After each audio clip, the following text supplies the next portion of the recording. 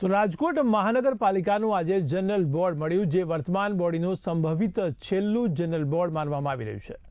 ત્યારે આગામી 11 માર્ચના રોજ હાલની બોડીની ટર્મ પૂર્ણ થવાની હોવાથી આ સામાન્ય સભા અંતિમ સાબિત થઈ શકે છે। ત્યારે આ જનરલ બોર્ડ બેઠકમાં કુલ 14 કોર્પોરેટરોએ 31 જેટલા પ્રશ્નો પણ રજૂ કર્યા હતા, જેમાં કોંગ્રેસના 3 સભ્યોના 9 પ્રશ્નો અને ભાજપના 11 સભ્યોના 22 પ્રશ્નો સામેલ હતા।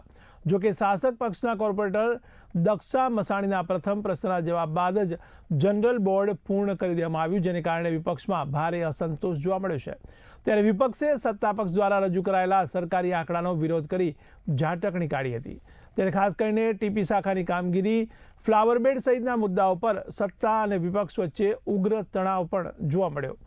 તો બેઠક દરમિયાન મહાનગરપાલિકાના જનરલ બોર્ડમાં શાસક અને વિપક્ષ વચ્ચે ઘમાસાણ પણ સર્જાયો હતો। પ્રશ્નો રાજકોટ મહાનગરપાલિકાનું આજે પ્રશ્નોત્તરીનું અંતિમ બોર્ડ હતું, સંભવતઃ અંતિમ બોર્ડ કહી શકાય। આના પછી જ્યારે મ્યુનિસિપલ કમિશનરશીપ ફેબ્રુઆરીમાં જ્યારે અંદાજપત્ર બજેટ સોંપશે, એ બજેટનું બોર્ડ આવશે। આજે રાજકોટ મ્યુનિસિપલ કોર્પોરેશનનું સંભવિત પ્રશ્નોત્તરીનું બોર્ડ હતું। આ બોર્ડની અંદર ભારતીય જનતા પાર્ટીના વોર્ડ નંબર 9ના કોર્પોરેટર દક્ષાબેન વસાણીનો ખૂબ સારો પ્રશ્ન હતો। અમૃત અને સ્વર્ણિમ, અમૃતની ગ્રાન્ટ અમૃત 1 અને અમૃત 2 એટલે કે કેન્દ્ર સરકાર અને સ્વર્ણિમની ગ્રાન્ટ એટલે કે રાજ્ય સરકારની ગ્રાન્ટ ચાલુ નાણાકીય વર્ષની અંદર કેટલી આવી અને કયા કયા વિભાગમાં કયા કયા વોર્ડની અંદર વપરાણી, એનો મ્યુનિસિપલ કમિશનરશ્રી દ્વારા ખૂબ સારો જવાબ આપવામાં આવતો હતો।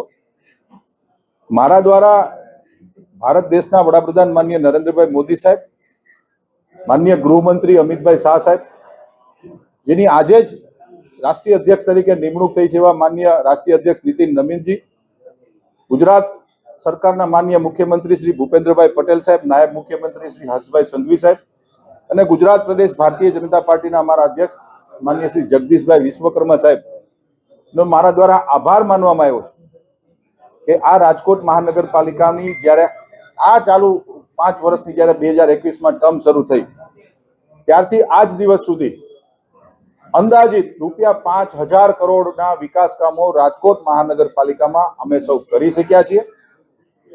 રાજકોટ શહેરની પ્રજા માટે સરેરાશ 18 વોર્ડની અંદર સમતોલન જાળવીને 18 વોર્ડની અંદર વિકાસ કામો અમે લોકો કરી શક્યા છીએ, જેનું રાજકોટ મહાનગરપાલિકાના ભ્રષ્ટ શાસકોને પોતાનો ભ્રષ્ટાચાર ખુલ્લો ન પડે એના માટે દબાવી અવાજ વિરોધ પક્ષનો દબાવી દેવામાં આવે છે।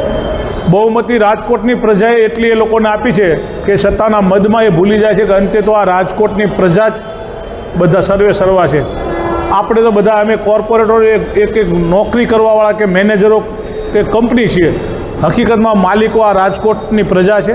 રાજકોટની પ્રજાએ સમજવાની જરૂર છે, કોને કેટલું પીરસાય એ રાજકોટની પ્રજાને વિનંતી કરું છું કે આગામી ચૂંટણીમાં આ લોકોને જે ભ્રષ્ટાચાર છે એ ન કરી શકે, રાજકોટની પ્રજાનો વિકાસ થાય, વિકાસના કામો થાય, એના માટે આ લોકોને પોતાનું ઘર દેખાડો એવી વિનંતી સાથે જય હિન્દ। વડોદરામાં પાનમ કેનાલમાં